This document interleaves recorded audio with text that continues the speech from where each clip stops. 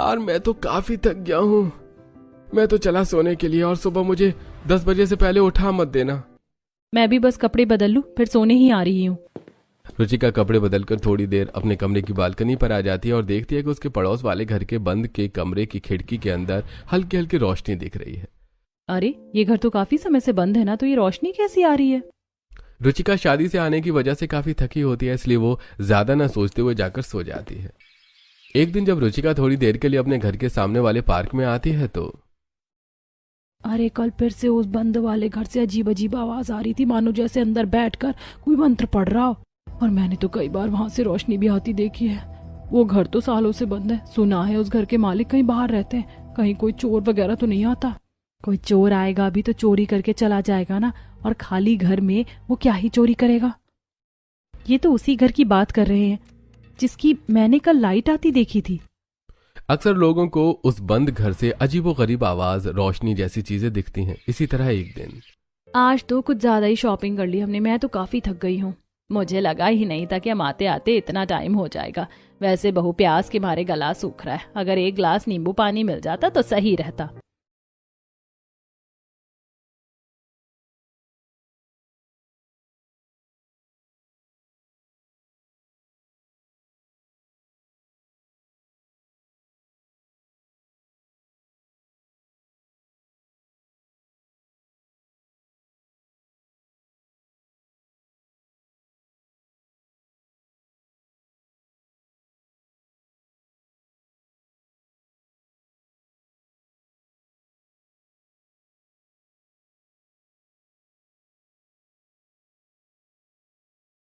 आप लोग बैठिए, मैं जल्दी से नींबू पानी बना कर लाती हूँ।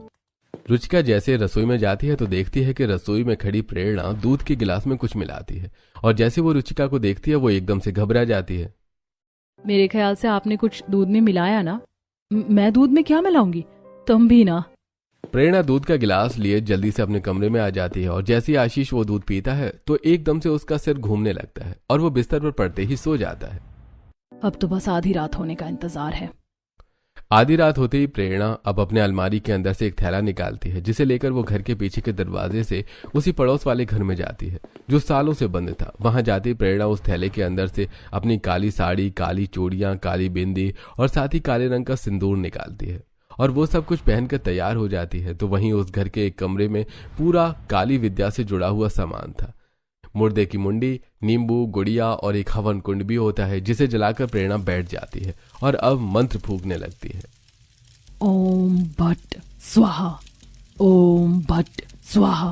प्रेरणा जैसे जैसे उस हवन कुंड में राख डालकर मंत्र पढ़ रही थी तो वहीं उधर आशीष फिर से बेचैन होने लगता है।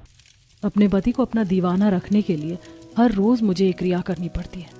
अगर ये क्रिया मैं नहीं करती तो मेरे पहले पति की तरह मेरा दूसरा पति भी मुझे छोड़कर चला जाता। आशुतोष, हमारी शादी को 6 महीने भी नहीं हुए और आप मुझे तलाक दे रहे हैं। क्योंकि मैं अपनी गर्लफ्रेंड मोना को नहीं भूल पाया हूँ। ये शादी मैंने जबरदस्ती में की थी। मैं सिर्फ मोना से प्यार करता हूँ, समझी तुम? लेकिन आशुतोष, फिर मेरा क्या होगा? प्लीज मुझे तलाक मत दीजिए। अगर ये सारी विद्या मुझे पहले आती तो मैं आशुतोष को कभी भी जाने नहीं देती। लेकिन कहते हैं ना, जो होता है अच्छे के लिए होता है। आज आशुतोष से अच्छा पति है मेरे पास, जो मेरे एक इशारे पर सर्कस के जोकर की तरह नाचता है।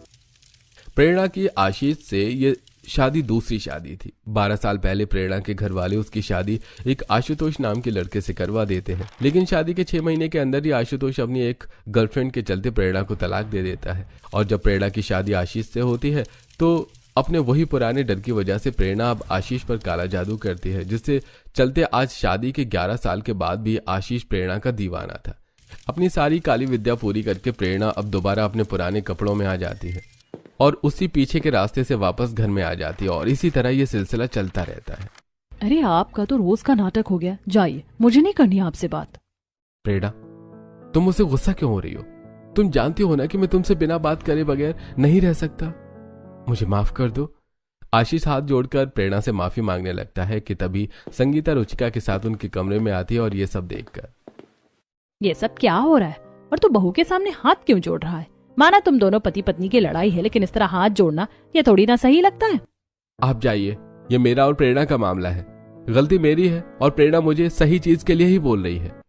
संगीता की बात सुनकर प्रेरणा को काफी गुस्सा आता है और अब वो साइड टेबल पर रखा पॉट उठाकर नीचे तोड़ देती है, जिसे देखकर आशीष, तुम ठीक तो हो ना? लगा तो नहीं ना? तुम यहां ऊपर बैठ जाओ वरना तुम्हें चोट लग जाएगी। ये भगवान, ये जेठ जी को क्या हो गया? इस तरह से क्यों बर्ताव कर रही हैं? मैंने सिर्फ सुना था कि लोग प्यार में अंधे होते हैं, लेकिन आज देख भी लिया। प्रेरणा के काले जादू की वजह से ही आशीष उसके पीछे इतना दीवाना था। ये सारी चीज धीरे धीरे रुचिका के मन में शक पैदा कर रही थी। ऐसे कुछ दिन और गुजरते हैं और लो, इस ट्रॉली बैग के लॉक भी अभी खराब होने थे। एक काम करो, तुम जाकर भाभी के कमरे से ट्रॉली बैग ले आओ, उनकी अलमारी में रखा है, वरना मैं ट्रेन के लिए लेट हो जाऊंगा। रुचिका कमरे में आती है और देखती है कि कोई नहीं है। ये देखकर रुचिका अब खुद ही टेबल पर चढ़कर अलमारी के ऊपर रखा ट्रॉली बैग उतारने लगती है कि तभी उसे उस ट्रॉली बैग के पीछे एक काले रंग का थैला दिखता है, जिसे जब रुचिका खोलती है तो उसकी आंखें फटी की फटी रह जाती हैं। उस थैले के अंदर आशीष की फोटो, सिंदूर, नींबू, लाल मिर्च, सुई और गुड़िया जैसी चीजें थी। ये भगवान, ये तो वैसी ही चीज है जो उस दिन मुझे घर के पीछे दिखी थी। इसका मतलब। रुचिका इससे पहले कुछ कहती कि तभी उसे कमरे का दरवाजा खुलने की आवाज आती है और अब जल्दी से रुचिका वापस थैला उसी जगह पर रख देती है। और जैसी प्रेरणा कमरे में आती है तो तुम मेरे कमरे में क्या कर रही हो और टेबल पर क्यों चढ़ी हो? जेठानी जी, केतन बाहर जा रहे थे ना, तो उन्हें आपका ट्रॉली बैग चाहिए था। आप थी नहीं तो मैं ही निकालने लग गई। रुचिका जल्दी से ट्रॉली बैग लेती है और बाहर आ जाती है और अब इस चीज के बारे में पूरा दिन सोचने लगती है, जिसे देखकर महिमा, भाभी सुबह से देख रही हूँ, पता नहीं किस ख्याल में खोई हुई हो आप। आपकी तबीयत तो ठीक है ना? मैं तुम्हें कुछ बताऊं? मुझे पता है तुम यकीन नहीं करोगी। रुचिका डरते डरते महिमा को सारी बात बताती है, जिसे सुनकर महिमा भी दंग रह जाती है। भाभी सच कहूँ तो मुझे भी कभी कभी ऐसा ही लगता है। मेरे साथ भी ऐसी चीज हो चुकी है। 4 महीने पहले की बात है। इतने छोटे छोटे बाल किसके जमा कर रखे हैं आपने? शायद भैया के हैं। आप इन्हें फेंक क्यों नहीं देती? नहीं, मैं इन्हें संभाल कर कहीं दूर फेंक आऊंगी, तो ये डब्बा वापस रख दो। और मैंने भाभी को भैया के कुछ पुराने कपड़े बाहर ले जाते हुए देखे थे। माना पति पत्नी में प्यार होता है, लेकिन इतना भी नहीं जितना भैया करते हैं। भाभी, मुझे तो आपकी बातों पर पूरा पूरा यकीन है। अब ये सब सच है या झूठ, इसका पता तो हमें लगाना ही होगा। रुचिका और महिमा प्रेरणा पर नजर रखने लगते हैं। इसी तरह 2-4 दिन गुजर जाते हैं और आज फिर से प्रेरणा रात के तकरीबन 1 बजे घर के पीछे दरवाजे से निकलकर पड़ोस वाली घर की तरफ जा रही होती है, जिससे बालकनी पर खड़ी रुचिका देख लेती है। ये इतनी रात में जेठानी जी कहाँ जा रही है, वो भी घर के पिछले दरवाजे से? इनका पीछा करना होगा। रुचिका जल्दी से नीचे आती है और जब घर के पीछे दरवाजे से बाहर निकलती है तो देखती है कि दूर दूर तो उसकी जेठानी नहीं है। अरे मेरी जेठानी है, ये मिस्टर इंडिया जो पलक झपकते ही गायब हो गई। आखिर ये गई कहाँ? रुचिका आसपास अपनी जेठानी को काफी ढूंढती है, लेकिन उसे कहीं पर भी प्रेरणा नहीं मिलती और अब हार कर रुचिका वापस घर के अंदर आ जाती है। तो वहीं दूसरी तरफ प्रेरणा अपने पड़ोस वाले घर में बैठकर फिर से अपनी काली विद्या को अंजाम दे रही होती है। प्रेरणा सिलबट्टे पर हड्डी पीसती है। चमगादड़, सांप और गिरगिट की हड्डी मिलाकर मैंने ये पाउडर तैयार कर लिया। पहले वाले से ज्यादा ताकतवर है ये। अपने काले जादू का इस्तेमाल करते हुए प्रेरणा अलग अलग जानवरों की हड्डियों का पाउडर बनाकर अपने पति के खाने और दूध में मिलाकर उसे देती थी। इसी तरह 2-4 दिन गुजर जाते हैं और आज प्रेरणा फिर से अपने पति के कुछ कपड़े और उसके रोजमर्रा का इस्तेमाल होने वाला सामान लेकर घर से निकल जाती है, जिसे देखकर महिमा और रुचिका, भाभी यही मौका है इनका पीछा करने का और ये पता लगाने का कि ये कहाँ जाती हैं। थोड़ा संभल के, कहीं उनकी नजर हम पर ना पड़ जाए। रुचिका और महिमा दोनों अपना मुंह ढककर धीरे धीरे प्रेरणा का पीछा करते हैं और देखते ही हैं कि प्रेरणा सुनसान जगह पर एक तांत्रिक बाबा से मिलती है। प्रेरणा, अब तो तुम काली विद्या में माहिर हो चुकी हो। कब तक इन छोटी छोटी चीजों के लिए मदद लेती रहोगी? अपने काले जादू का इस्तेमाल करके तुमने अपने पति को तो अपने वश में कर रखा है, अपने परिवार वालों को भी कर लो। मुझे तो सिर्फ अपने पति से मतलब है। वो मेरी उंगली पर नाचते हैं, बस इतना ही काफी है मेरे लिए। प्रेरणा की बातें सुनकर महिमा और रुचिका को काफी ज्यादा बुरा लगता है, जिसके बाद अब प्रेरणा उस सामान को लिए तांत्रिक बाबा के साथ वहां से जाने लगती है। तो वहीं महिमा अपने फोन में उनकी वीडियो रिकॉर्ड कर लेती है। भाभी का राज अब नहीं छुप सकेगा।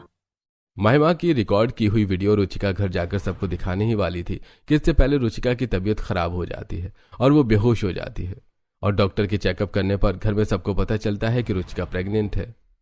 मुबारक हो बहू, तुझे तेरी जिंदगी की सबसे बड़ी खुशी मिली है आज। कॉन्ग्रेचुलेशंस रुचिका, अब तुम्हें भी पता चलेगा कि क्यों मैं इन दोनों को इतना डांट लगाती रहती हूँ। अब तो घर में नया बाबू आने वाला है, मैं तो उसी के साथ खेलूंगा।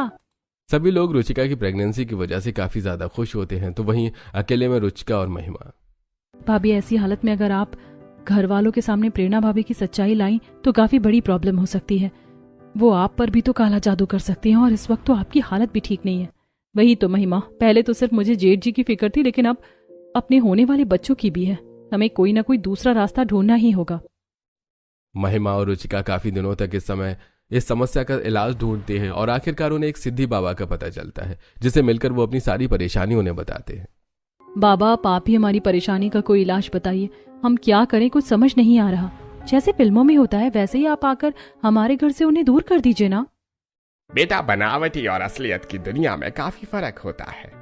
मैं तो पैरों से अपाहिज हूँ, चाह कर भी आकर तुम्हारी मदद नहीं कर सकता, लेकिन मैं सुरक्षा के लिए तुम्हें एक धागा जरूर दूंगा। उस धागे को तुम अपने जेठ के दाएं बाजू पर बांध देना, इससे उस पर उन काली विद्याओं का बिल्कुल भी असर नहीं होगा।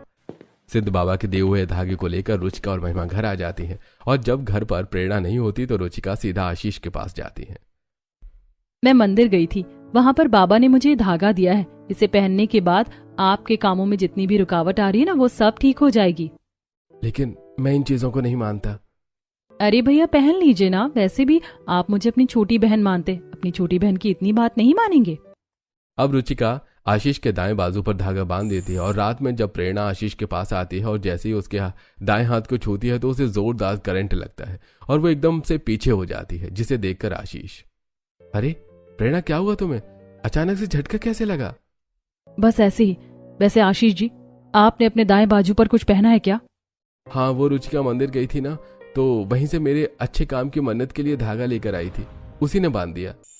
रात में सबके सो जाने के बाद प्रेरणा वापस उस पड़ोसी वाले घर में आती है, और जब वो अपनी काली विद्याओं को अंजाम देने लगती है, जिससे उसे पता चलता है कि वो धागा कोई मन्नत का नहीं बल्कि रक्षक का है। इसका मतलब रुचिका को मेरी असलियत पता चल चुकी है। तुम्हें क्या लगा कि वो एक मामूली धागा मुझे मेरे पति को वश में करने से रोक लेगा? मैं ऐसा नहीं होने दूंगी। अगले दिन प्रेरणा गुस्से में जैसी रुचिका के पास जाती है तो देखती है कि रुचिका के गले में भी वही धागा है जो आशीष के बाजूबंद पर था। इसके गले में भी वही धागा है, इसका मतलब मैं इसका कुछ भी नहीं बिगाड़ सकती। अच्छा हुआ बाबा ने मुझे एक्स्ट्रा धागा दे दिया था, जिसे मैंने अपने गले में बांध लिया। अब ये मेरी और मेरे बच्चे की रक्षा करेगा। उस धागे की वजह से प्रेरणा अब आशीष पर अपना काला जादू नहीं कर पा रही थी, जिससे अब आशीष जरा भी उसके वश में नहीं होता। प्रेरणा, तुम्हें एक बात समझ में नहीं आती क्या? हाँ, मैंने मना किया था ना कि कहीं घूमने नहीं जाएंगे हम। अरे मैं काम देखूं या तुम्हारा घूमना देखूं? जिस भैया ने आज तक उन पर चिल्लाया नहीं था, आज वही भैया उस काले जादू के बिना भाभी से किस तरह बात कर रहे हैं। अब ऐसे कुछ दिन गुजरने लगते हैं। ये सब प्रेरणा से अब बिल्कुल भी बर्दाश्त नहीं होता, और वो एक बार फिर उस तांत्रिक बाबा से मिलती है और उसे सारी बात बताती है। देखो प्रेरणा, मैं तुम्हें जो विद्या बता रहा हूँ वो करना बिल्कुल भी आसान नहीं है। ये विद्या करते समय जब तुम मंत्रों का उच्चारण करोगी तो एक क्षण के लिए तुम्हें भी नहीं रुकना है। अगर तुमने मंत्रों का उच्चारण करना बंद कर दिया तो तुम्हारा पति दोबारा तुम्हारे वश में होने की बजाय पूरी तरह से तुमसे दूर हो सकता है, यानी उसकी मौत भी हो सकती है। मैं अपनी काली शक्तियों को अंजाम रात के 1 बजे ही देती हूँ। उस वक्त तो मुझे कोई परेशान नहीं कर सकता। इस विद्या को करने के लिए कोई भी सकारात्मक शक्ति मेरे पति को मेरे से दूर नहीं कर सकती। इसी तरह अब कुछ दिन गुजरते हैं, और अब आज अमावस की रात प्रेरणा उसी पड़ोसी के घर पर पूरे काले लिबास में अपनी काली विद्या शुरू करती है। पृथ्वी, अंबर, 7 समंदर, सारी दुनिया मेरे अंदर, मेरे इशारे झुका दे सितारे, मैं ही आत्मा, मैं परमात्मा। मंत्र पढ़ते हुए प्रेरणा काला जादू कर रही होती है कि तभी कुछ ऐसा होता है जिस बारे में प्रेरणा ने कभी सोचा भी नहीं होता। अचानक उस घर के मालिक निखिल और यामिनी वहां आ जाते हैं, और जब वो प्रेरणा को अपने घर में इस तरह काला जादू करते हुए देखते हैं तो, तुम तो प्रेरणा हो ना? ये तुम क्या कर रही हो, वो भी हमारे घर में? ये सब तो काला जादू है ना? तुम हमारे घर में काला जादू करती हो? रुको, मैं अभी पुलिस को कॉल करता हूँ। उन्हें देखकर प्रेरणा एकदम से चुप हो जाती है और उसके मंत्रों का उच्चारण रुक जाता है, जिससे उल्टा असर अब आशीष पर होता है और उसकी हालत काफी खराब हो जाती है। सभी घर वाले आधी रात आशीष के चिल्लाने की आवाज सुनकर उसके कमरे में आते हैं और उसकी ऐसी हालत देखकर उसे फौरन डॉक्टर के पास ले जाते हैं। तो वहीं प्रेरणा भी अस्पताल आती है, और अब सभी घर वालों के सामने आखिरकार प्रेरणा की सच्चाई सामने आ ही जाती है। अभी तक रिपोर्ट से पता नहीं चल पाया है कि उन्हें क्या हुआ है। हम फिर भी उन्हें बचाने की पूरी कोशिश करेंगे। ये सब कुछ काली डायन की वजह से हुआ है। अरे मेरा बेटा तुझे इतना प्यार करता था तो। माँ सब कह रहे पापा को आपने चोट पहुंचाई है, आप चुप क्यों हो माँ, जवाब दो ना। अरे इसके पास कोई जवाब होगा तभी तो ये कुछ बोलेगी। हमारे पड़ोस के घर में जाकर काला जादू करती थी, हम तुझे कभी माफ नहीं करेंगे। सभी घर वाले प्रेरणा से काफी ज्यादा गुस्सा थे। तो वहीं जिस पति को हमेशा अपने साथ रखने के लिए प्रेरणा ये सब कर रही थी, आज उसी पति की ऐसी हालत देखकर प्रेरणा को काफी दुख होता है और अब वो इतने सालों में पहली बार सच्चे दिल से अपने पति के लिए भगवान से प्रार्थना करती है। मैं जानती हूँ आप मेरी प्रार्थना कभी नहीं स्वीकार करेंगे, लेकिन जिस इंसान को आप पर इतना भरोसा था आप उसकी रक्षा तो करेंगे ना। हे भगवान मेरे पति की जान बचा लीजिए। काफी देर के डॉक्टर के ट्रीटमेंट के बाद आखिरकार आशीष रिकवर होने लगता है और अब सभी आशीष से मिलने वार्ड में आते हैं, जहां अपनी पत्नी को देखकर आशीष, अरे तुम कैसी हो प्रेरणा, और ये रो रो कर तुमने क्या हाल बना लिया है। तुम जानती हो ना मुझे नहीं पसंद कि तुम रो। तेरा दिमाग तो नहीं खराब हो गया है? अरे तू जानता भी है इसने इतने सालों से तुझ पर काला जादू करके रखा हुआ था ताकि तू उसके वश में रहे। मैं जानता हूं कि प्रेरणा ने मुझ पर काला जादू कर रखा था। उस दिन जब प्रेरणा मेरे दूध में कुछ मिला रही थी तो मैंने देख लिया था। उस रात मैंने वो दूध पीने का सिर्फ नाटक किया था और सारा दूध फेंक दिया था, और जब प्रेरणा को लगा कि मैं सो गया तो मैंने प्रेरणा का पीछा किया और सब अपनी आंखों से देख लिया।